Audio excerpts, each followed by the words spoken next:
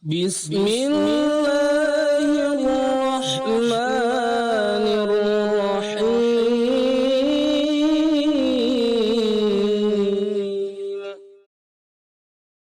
Assalamualaikum warahmatullahi wabarakatuh. Alhamdulillahilladzi arsala rasulahu bil huda wa dinil haqq liyuzhirahu 'alad dini kullihi walau karihal kafirun. Asyhadu an la ilaha illallah wahdahu la syarikalah wa asyhadu anna Muhammadan abduhu wa rasuluh. Allahumma salli wa sallim ala Muhammadin wa ala alihi wa ashabihi ajmain, amma ba'd. Para pemirsa, para pecinta Elfa Dakwah, semoga dirahmati oleh Allah Jalla Jalaluh. Ini merupakan kajian kelanjutan dari pasal 9 tentang beriman kepada kerasulan Muhammad SAW, seri yang kelima. Bagi Bapak Ibu yang mau buka kitab, silakan dibuka kitab Minhajul Muslim halaman yang ke-55. Di sini diberitakan tentang mukjizat Nabi Muhammad sallallahu alaihi wasallam yang Allah berikan kepadanya, yang tercantum dalam hadis-hadis yang sahih, bahkan mencapai derajat mutawatir. Hanya orang iman yang lemah lah, hanya orang yang tertanam kebencian ke Islam lah, kebencian ke Muhammad lah, yang menolak hadis-hadis ini. Mudah-mudahan kita yang mendengarkan kajian ini tergolong hamba Allah, umat Muhammad yang kuat imannya, yang mengakui kebenaran hadis ini dan mengakui tentang mukjizat Allah berikan ke beliau. Di antara mukjizat yang Allah berikan ke beliau adalah satu, bulan terbelah menjadi dua bagian. Ini terdapat dalam hadis-hadis yang menjelaskan tentang mukjizat. Ada di kitab Sahih Bukhari nomor 4864 dan Sahih Muslim nomor 2800. Ketika Al-Walid bin Al-Mughirah dan para pemuka Quraisy lainnya meminta kepada beliau agar menunjukkan satu bukti mukjizat yang menunjukkan kebenaran dakwaannya sebagai nabi dan rasul, maka Allah memberinya mukjizat, yaitu bulan terbelah menjadi dua bagian. Sebelah ada di atas bukit dan sebelah lagi ada di bawahnya. Maka pada saat itu Rasulullah SAW berkata kepada mereka, saksikanlah. Lalu di antara mereka ada yang mengatakan, aku melihat bulan terbelah di antara gunung Abi Qubais. Di mana gunung Abi Qubais itu? Ya, nah ini kalau kita di Masjid Haram itu melihat ke arah Hotel Zamzam Tower yang ada sekarang ini. Nah itu, di situ dulunya ada gunung Abi Qubais.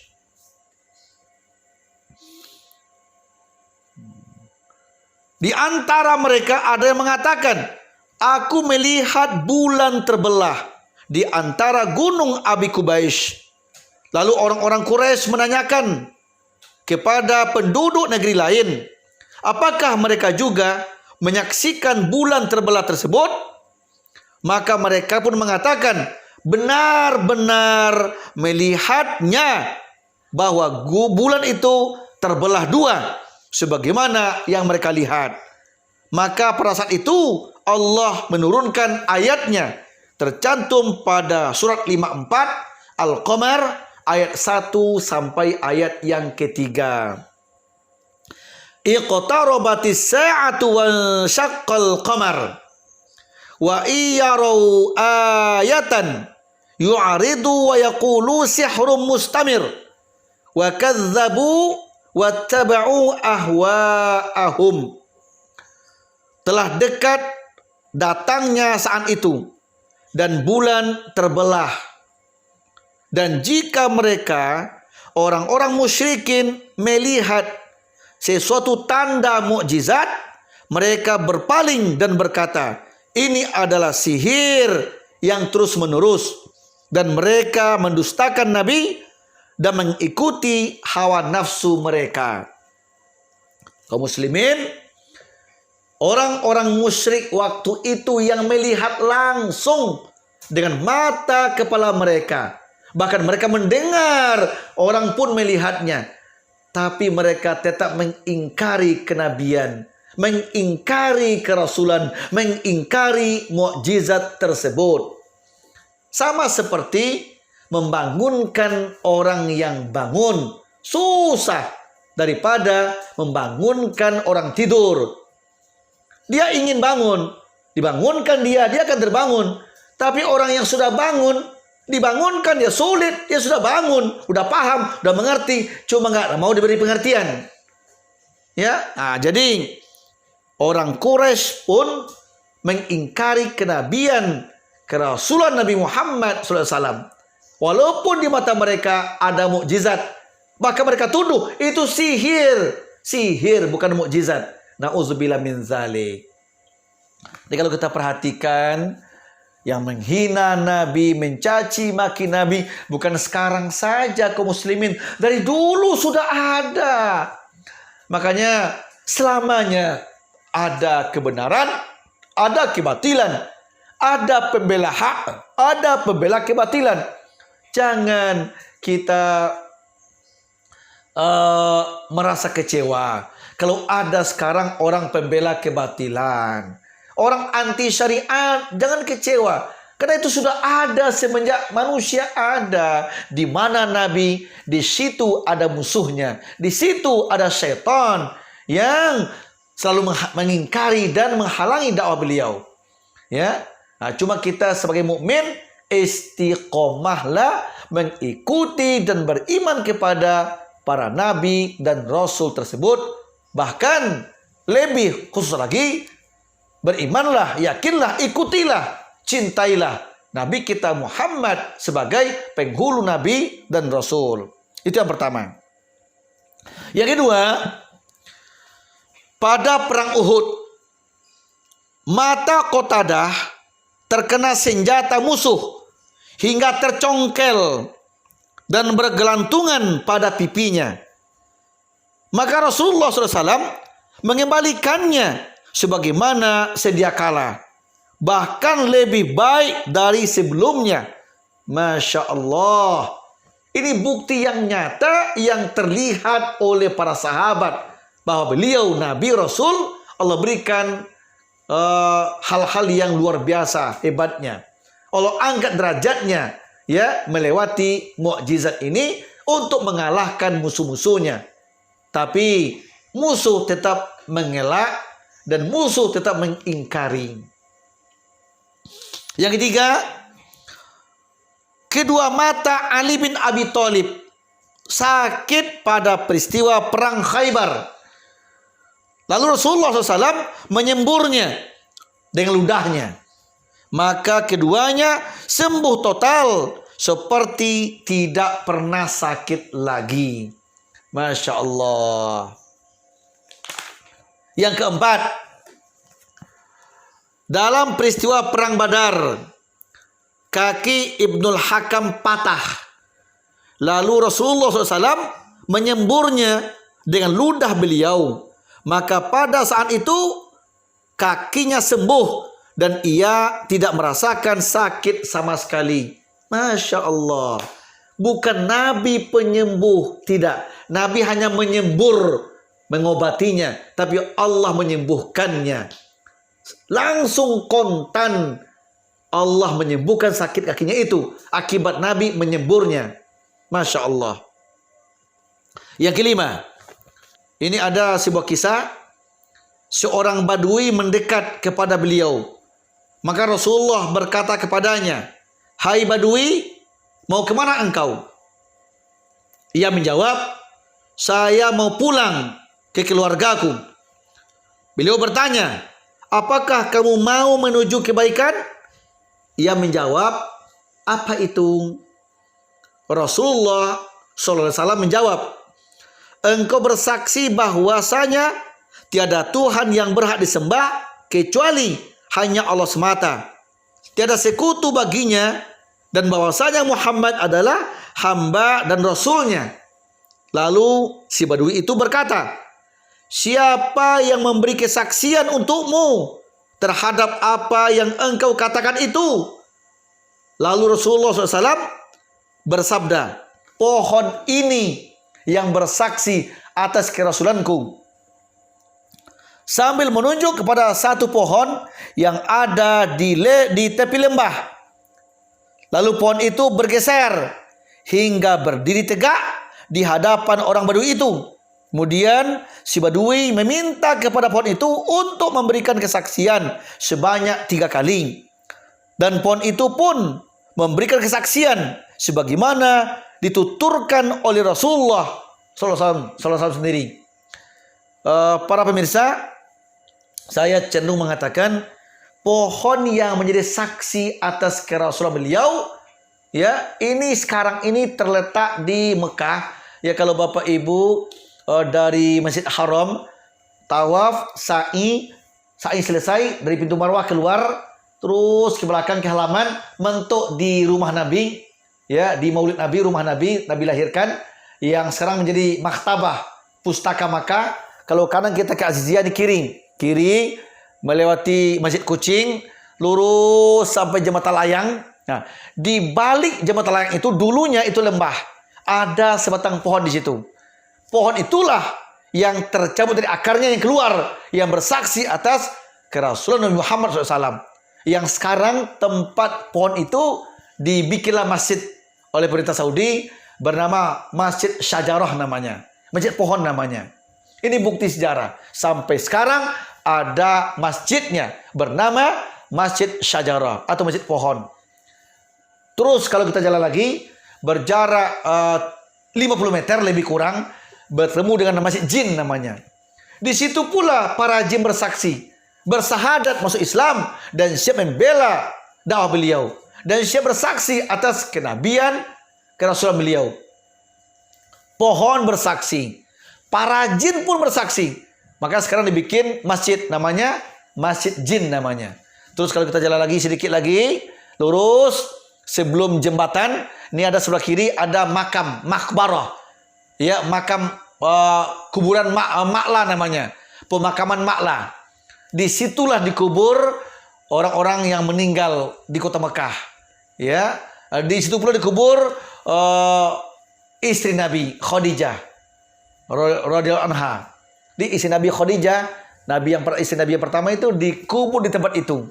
Ya, itulah tempat di mana pohon bersaksi atas kerasulan Nabi Muhammad SAW. Saya cenderung mengatakan itulah pohonnya. Yang sekarang nggak ada lagi, diganti dengan masjid. Namanya Masjid Syajarah. Yang keenam, rintihan dan tangisan pohon kurma kepada beliau hingga didengar oleh semua orang yang ada di dalam masjid beliau. Di mana ini? Di Nabawi. Ya, dulunya sebatang pohon kurma yang besar, yang kokoh. Kalau Nabi selesai sholat dan berkhutbah, Nabi bersandar di pohon kurma itu. Tapi semenjak pohon kurma itu diganti dengan apa namanya, dengan mimbar, ya, maka Nabi bukan mimbar, ya, dengan tiang, ya, sekarang ada tiangnya sekarang, dengan tiang, sehingga Nabi tidak lagi memakai kurma itu. Dibikinkan mimbar untuk Nabi, maka Nabi selesai sholat, Nabi khutbah bukan di kurma itu lagi, tidak lagi bersandar ke kurma, tapi Nabi ada di mimbar. Semenjak mimbar dibikinkan untuk Nabi khutbah, maka kurma Nabi tinggalkan. Rintihan kurma itulah didengar oleh kaum muslimin, oleh para sahabat. Ini bukti mukjizat Allah untuk beliau. Hal itu terjadi setelah beliau meninggalkannya, di mana sebelumnya beliau berkhutbah dengan bersandar kepadanya sebagai mimbar, Dan ketika telah dibuatkan mimbar khusus untuk Nabi, untuk beliau tidak memakai pohon itu lagi sebagai mimbar.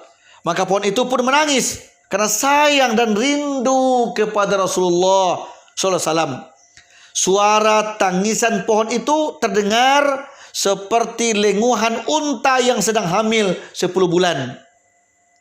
Pohon itu tidak berhenti menangis sampai Rasulullah SAW mendatanginya, lalu meletakkan tangannya yang mulia pada pohon korma itu. Maka pohon itu pun diam. Masya Allah. Ya, Masya Allah. Di sekarang tempat batang korma yang Nabi bersandar untuk berkhutbah itu dibikin sekarang tiang, ya, tiang di Masjid Nabawi itu.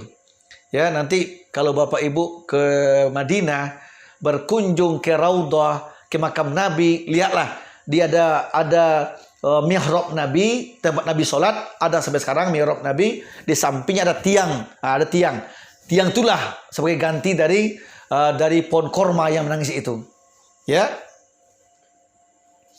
Nah, setelah tiang itu nanti arah kiri lagi baru ada mimbar Nabi. Yang ketujuh, doa Rasulullah Sallallahu Alaihi Wasallam untuk kehancuran kerajaan Kisra. Tidak lama kemudian kerajaannya pun runtuh. 8. Doa beliau untuk Ibnu Abbas agar menjadi orang yang faqih dalam agama. Maka dari itu Ibnu Abbas menjadi ulama bagi umat Islam. Ya, bicara Ibnu Abbas, Nabi pernah mengutusnya berdakwah kepada kaum Quraisy yang ada di kota Taif. Karena orang Quraisy, kafir Quraisy yang bangkang, yang paling bangkang, yang paling musuh Nabi berada di Taif. Jadi untuk mendakwai mereka itu Nabi mengutus ke sana untuk mendakwai mereka, bernama Ibnu Abbas. Namanya Abdullah bin Abbas, disingkat dengan Ibnu Abbas, yang sampai hari ini ada masjid yang terbesar di kota Taif itu bernama Masjid Ibnu Abbas namanya, yang dulunya itu rumah beliau untuk menyebarkan dakwah kepada orang Quraisy yang ada di Taif itu.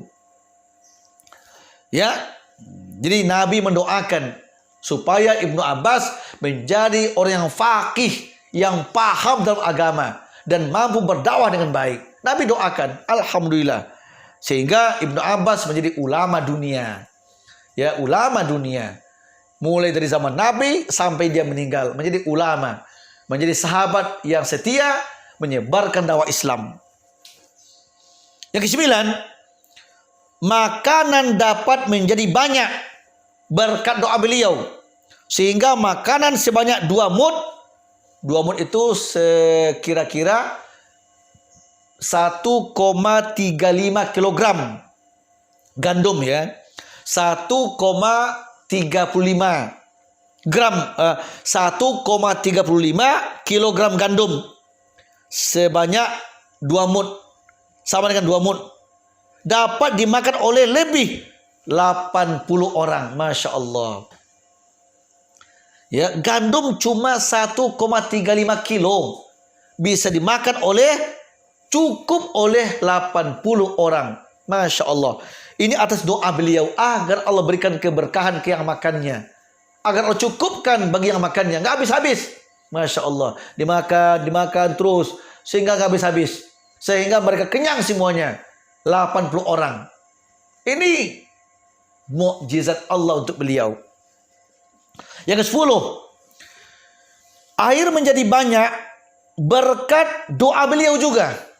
Ketika para sahabat kehausan di waktu peristiwa Hudaybiyah, Rasulullah SAW hanya mempunyai 1 rokwah atau bejana kecil terbuat dari kulit air untuk wudhu. Para sahabat datang menghampiri beliau dan berkata, "Kami tidak mempunyai air kecuali air yang ada dalam bejanamu, ya Rasulullah." Maka beliau meletakkan tangannya ke dalam bejana tersebut, dan dengan serta-merta air memancar dari celah jari-jari tangan beliau bagaikan mata air. Maka semua sahabat pun minum dan berwudu dari air tersebut. Pada jumlah mereka waktu itu mencapai 1.500 orang. Masya Allah. 1.500 orang bisa minum, bisa wudu dari air tersebut. Ya. Nah, jadi kalau hari ini Bapak Ibu mau lihat bisa sekitar 25 kilo, 30 kilo ya. Dari Masjid Haram ke arah Jalan Jeddah Lama. Nanti melewati sebelah kanan itu Rabitul Alam Islami, ya itu kantor lembaga ormas Islam sedunia, Rabitul Alam Islami, dan lurus dikit lagi sebelah kiri itu pabrik kiswah. Terus Museum Haramain, lewat dikit lagi di situ ada kanan kiri itu peternakan onta. Ya kalau kita merasa onta, lewat dikit lagi ada sebelah kiri namanya Masjid Hudaybiyah namanya. Itu sebelah kiri lagi dikit itu perbatasan. Ya, maaf. Sebelum masjid itu ada perbatasan. Perbatasan antara Mekah dengan tidak Mekah. Kota haram dengan kota yang tidak haram. Dan Masjid Hudaybiyah itu di belakangnya ada sumur tersebut. Ya, ada sumur itu. Di sana tempat orang miqat bagi mukimin kalau mau umrah. Berarti letaknya itu di luar kota haram. Ya, di luar kota haram letaknya. Masya Allah. Sampai sekarang masih ada bukti. Ada bukti sampai sekarang. Begitu pula ini terjadi di Ja'ronah atau Ji'ronah. 80 sahabat mau minum, mau wudu, air sedikit. Sehingga Nabi ambil tongkatnya, Nabi tancapkan ke sumur Ji'ronah itu. Dan Nabi doa ke Allah. Akhirnya apa? Air keluar dari tongkat beliau. Ini keluar tongkatnya. Sehingga 80 sahabat cukup untuk minum dan cukup untuk berwudu. Masya Allah. Baik sumur yang di Ji'ronah pun sampai hari ini itu ada. Cuma ditutup oleh Kerajaan Saudi Arabia. Kalau sekarang ada masjid Ji'ronah, di belakangnya ada sumur, dibikin setengah lingkaran ya. Dari permanen dari di tembok setengah lingkaran ditutup sekarang. Cukup air dialirkan dengan keran, dengan dengan pipa ya. Dari sumur itu dibikin pipa, dialirkan ke masjid dan seterusnya. Dulunya terbuka dulunya sumur itu. Dan semenjak orang haji, orang umrah tahu itu sumur yang Allah berkahi, sumur yang pernah Nabi situ butuh air keluar dari tongkat beliau, sehingga orang jadikan sebagai minta-minta di situ. Nauzubillah min dzalik. Dijadikan tempat syirik di situ. Sehingga Raja Kerajaan Saudi tidak mengikhlaskan, tidak merelakan. Di situ ada tempat kesyirikan, sehingga ditutup oleh Raja Saudi. Ditutup sehingga sekarang ini kalau kita lihat kita lihat sumurnya bisa, tapi sudah ditutup setengah lingkaran dari tembok. Tapi itu tempatnya. Ya, bukti sejarah masih ada sampai sekarang. Dia ada di Ji'ronah, ada di Hudaybiyah. Mukjizat Nabi tentang air keluar dari tangannya dan keluar dari tongkatnya. Itu yang ke-10. Yang ke-11, Isra dan Mi'raj yang beliau alami dari Masjid Haram di Mekah ke Masjid Aqsa di Palestina. Lalu Nabi naik ke langit yang paling tinggi hingga Sidratul Muntaha. Kemudian beliau kembali ke tempat tidurnya dalam keadaan belum dingin atau masih hangat. Artinya berangkat malam hari, pulang malam hari itu juga. Sebelum subuh Nabi sampai ke Mekah lagi. Coba kita bayangkan jarak yang sangat jauh. Dari Haram Mekah menuju Aqsa Palestina, jauh. Dari Palestina naik ke langit.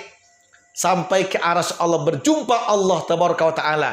Dan turun lagi dan sampai ke Mekah kembali ke tempat tidurnya sebelum subuh tiba. Jarak yang jauh ditempuh oleh waktu yang sangat singkat. Ini adalah mukjizat beliau dari Allah Tabaraka wa Ta'ala. Yang ke-12, kitab suci Al-Quran, yaitu kitab yang di dalamnya terdapat berita tentang orang-orang sebelum kita dan orang-orang yang sesudah kita, serta hukum-hukum yang ada di antara kita. Di dalamnya terdapat petunjuk dan cahaya. Al-Quran merupakan mukjizat beliau yang paling agung dan terbesar. Merupakan tanda bukti abadi bagi kenabiannya yang akan tetap utuh sepanjang masa, agar tetap menjadi bukti dan dalil yang membuktikan kebenaran kenabian beliau dan sebagai hujjah atau dalil kepada manusia hingga Allah mewarisi bumi ini. Al-Quran adalah mukjizat yang terbesar yang diberikan kepada beliau, ya, sesuai dengan sabda beliau. Kata Nabi, "Ma minal anbiya illa waqad u'tiya minal ayat ma misluhu amana alaihil bashar wa innama kana alladhi utituhu wahyan auhahu Allahu ilayya fa arju an akuna aktsarahum tabi'an yaumal qiyamah." Tidak ada seorang pun nabi melainkan telah diberi ayat-ayat atau mukjizat yang semisal dengan mukjizat nabi sebelumnya, yang dengannya manusia akan beriman. Sesungguhnya yang dikaruniakan kepadaku itu berupa wahyu yang diwahyukan oleh Allah kepadaku. Maka aku berharap menjadi nabi yang terbanyak pengikutnya pada hari kiamat kelak. Ini tercantum di hadis riwayat Imam Bukhari nomor 4981. Diriwayatkan oleh Abu Ya'la dengan redaksi yang berbeda. Ya, kemudian kebanyakan mukjizat tersebut diriwayatkan di dalam Sahih Bukhari dan Sahih Muslim, dan yang tidak ada di situ maka ada dalam kitab-kitab hadis sahih lainnya. Jadi yang 12 tadi adalah mukjizat Nabi Muhammad yang Allah berikan ke beliau untuk melemahkan musuh-musuhnya. Ya, mudah-mudahan dengan mengetahui mukjizat ini yang tercantum di hadis-hadis yang sahih, Sahih Bukhari, Sahih Muslim dan Ashabus Sunan, maka kita bertambah yakin dan bertambah ketundukan kita, kecintaan kita untuk mengikuti sunnah beliau. Ya, mudah-mudahan kita menjadi hamba Allah, menjadi umat Nabi Muhammad, pengikut beliau yang setia dengannya, yang bakal mendapat syafaatnya dari akhirat nantinya. Amin. Ya Rabbal Alamin. Assalamualaikum warahmatullahi wabarakatuh.